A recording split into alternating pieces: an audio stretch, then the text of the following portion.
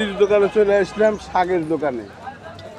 এই শাক কত করে? বইতের শাক 3 আটি 20। দেখেন এই যে 1 আটি 2 আটি, এই 3 আটি 20 টাকা। পরিশ্রম করছে, এই পরিশ্রমের দামই তো দেওয়ার নাই।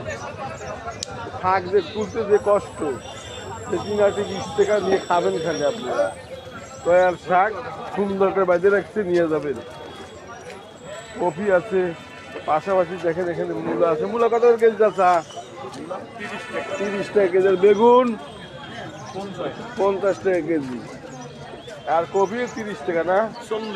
40 টাকা কেজি। কফিটা বড় বড় কফি, এরকম কোন পাওয়া যায়? আপনারা মুরালিল হাটে আসবেন, এই সবজি নিতে আসবেন। এগুলো কত করে কেজি? এগুলো কি জিনিস? মাটির তলের কাকা মাছ আলু খুব স্বাদ। কত করে কেজি? 80 টাকা কেজি। 80 টাকা কেজি। মাছ আলু খাইছেন নাকি? যদি না খায় থাকেন তাহলে এগুলো নিয়ে যাবেন। আর এইগুলো হলো কি? পুয়ের বিচি। পুয়ের বিচি কত করে কেজি? 60 টাকা কেজি। মুরুলিহাটে আসবেন। আর এটা 30 টাকা কেজি। 30 টাকা কেজি। আর এই ফুল কি কত করে হাটে? 15 টাকা। 15 টাকা আটি ফুল কি দেখেন, 15 টাকা আটি পেঁয়াজের ফুল কি। এগুলো নিতে পারবেন, চলে আসবেন মুরালিতে। মুরালিল হাটে আজকে প্রচুর আমদানি হচ্ছে এগুলো।